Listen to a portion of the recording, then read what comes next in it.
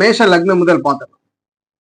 மேஷம் முதல் 12 லக்னத்திற்கு மறைந்த 5ஆம் அதிபதி 6, 8, 12 மறைந்திருப்பது எந்த பாவம் யோகம் என்பதை பார்க்கலாம். சுயஜாதகங்களின் அடிப்படையில மேஷ லக்னத்துல பிறந்திருக்கிறீங்க. 5ஆம் அதிபதி யார் என்றால் சூரியன். சூரியன் தான் 5க்கு அதிபதி. 5க்கு அதிபதியான சூரியன் 6ஆம் இடத்துல மறைகிறார். 6ஆம் இடமான ருணரோக பாவத்தில் மறைவது சாதகம் அல்ல. 8ஆம் இடத்திலே சூரியன் மறைந்திருக்கிறார்.